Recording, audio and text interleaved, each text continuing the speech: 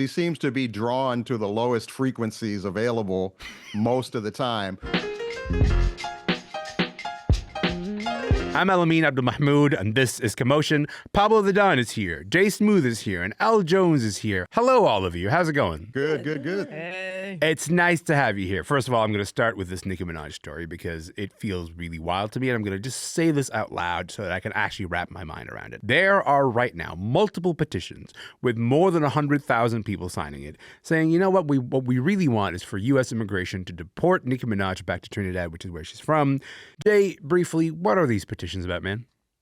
So, boy, Nicki Minaj, she's like the living embodiment of the Lauryn Hill lyric, how you gonna win when you ain't right within. She has all the talent and success in the world, but is just constantly caught up in unnecessary negativity, these beefs with other artists and their fan bases, and that has now escalated to what feels like a betrayal of so much of her fan base with this newfound allegiance with the right wing and the MAGA movement, and appearing at this Turning Points conference with the widow of Charlie Kirk.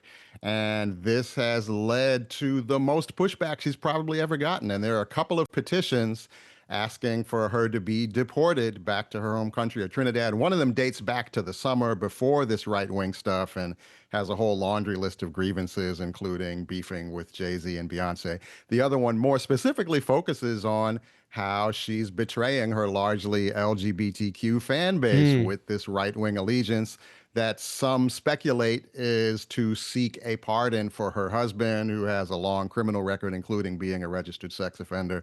So there's a lot of ugliness there. And although I can't support calling for her to be deported, with all the petty cruelty she's modeled for her audience, I can't be shocked that's coming back home to roost now.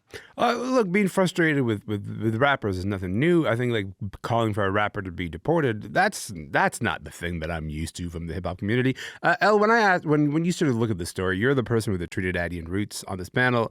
Where do you make of these petitions? First of all, leave Trinidad alone. We're going through enough.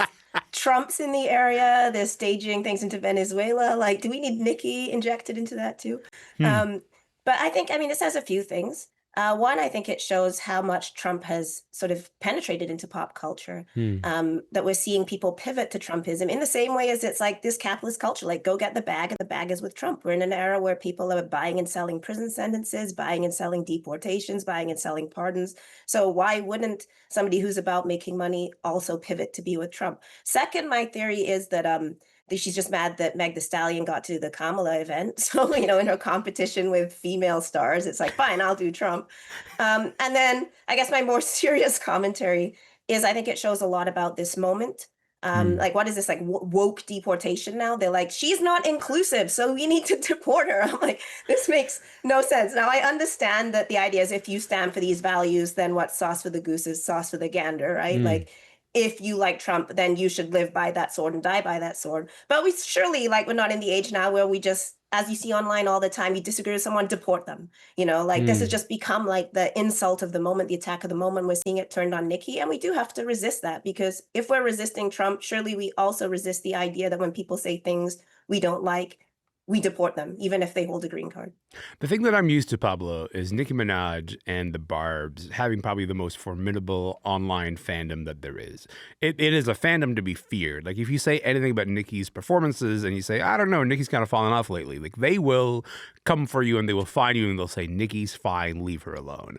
And then when you get to the point where actually people are comfortable putting out petitions, being like, actually, you should deport Nicki Minaj, however uncomfortable that makes me, do you think something like that is enough for Nicki Minaj herself to reconsider how she got there and reconsider, like, the idea of her aligning herself with Donald Trump, for example? Well, if I'm being honest, I think it depends on if the Turning Point check has cleared.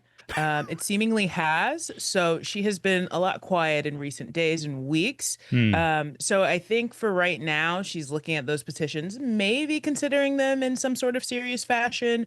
But I do think she's understanding at least a little bit that even though this move might have been necessary because, she owes that guy money from that lawsuit, there's a lien on her house and all the things with her husband, I think she's realizing that maybe she took it just, a step too far. even though her entire point for aligning with them was because Christians are being persecuted in Nigeria, I guess she's wishing that America will continue their imperialistic ways and go over there and fix this. But I think she's realizing the consequences of these particular actions. And I also think the check has cleared. Jay, I'm not used to Nicki Minaj being someone who, let's say this in the most polite way possible, reconsider her actions, shall we say. Do you sort of see this particular story as a point where Nicki might go, yeah, I might have taken it a little bit too far?